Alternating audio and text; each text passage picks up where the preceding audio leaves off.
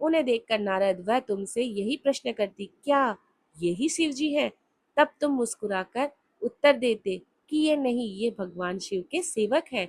देवी मैना यह सुनकर हर्ष से विभोर हो जाती कि जब उनके सेवक इतने सुंदर और वैभवशाली हैं, तो वे स्वयं कितने रूपवान और ऐश्वर्य से संपन्न होंगे। उधर दूसरी ओर भगवान शिव, जो कि सर्वेश्वर है, उनके भला जगत की कोई बात कैसे छिप सकती है? वे देवी मैना के हृदय की बात तुरंत जान गए और मन ही मन उन्होंने उनके मन में उत्पन्न अहंकार का नाश करने का निश्चय कर लिया। तभी वहां से, जहां मैना और नारद तुम खड़े थे, श्री हरि विष्णु पधारे। उनकी कांति के सामने चंद्रमा की कांति भी फीकी पड़ जाती है। वे जलंधर के समान श्याम तथा चार भुजाधारी थे और उन्होंने पीले वस्त्र पहन रखे थे। उनके नेत्र कमल दल के समान सुंदर व प्रकाशित हो रहे थे। वे गरुड़ पर विराजमान थे। शंख चक्र आदि उनकी शोभा में वृद्धि कर रहे थे। उनके सिर पर मुकुट जगमगा रहा था और वक्षस्थल में श्री वत्स का चिन्ह था। उनका सौंदर्य अति प्रियम तथा देखने वाला को मग्न करने वाला था। उन्हें देखकर देवी मैना के हर्ष की कोई सीमा ना रही। वे तुमसे बोली कि जरूर यही मेरी पार्वती के पति भगवान शिव होंगे।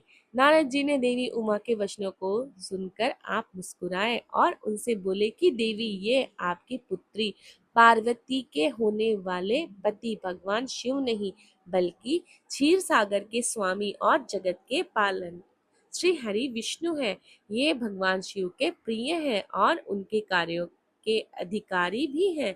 हे देवी, गिरजा के पति भगवान शिव तो संपूर्ण ब्रह्मांड के अधिकारी हैं।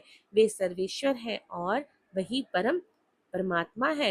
वे विष्णु जी से भी बढ़कर है। तुम्हारी ये बातें सुनकर मैं ना शिव जी के बारे में बहुत कुछ सोचने लगी कि मेरी पुत्री बहुत भाग्यशाली और सौभाग्यवती है, जिसे धन वैभव और सर्वशक्ति संपन्न वर मिला है। यह सोचकर उनका हृदय हर्ष से प्रफुल्लित हो रहा था। वे शिव जी को दामाद के रूप में पाकर अपने को कुल का भाग्योदय मान रही थी। वे कह रही थी कि पार्वती को जन्म देकर मैं धन्य हो गई। मेरे पति गिरिराज हिमालय भी धन्य हो गए। मैंने अनेक तेजस्वी देवताओं के दर्शन किए। इन सभी के द्वारा पूज्य और इन सबके अधिपति मेरी पुत्री पार्वती के पति हैं। फिर तो मेरा भाग्य सर्वथा सराहने योग्य है।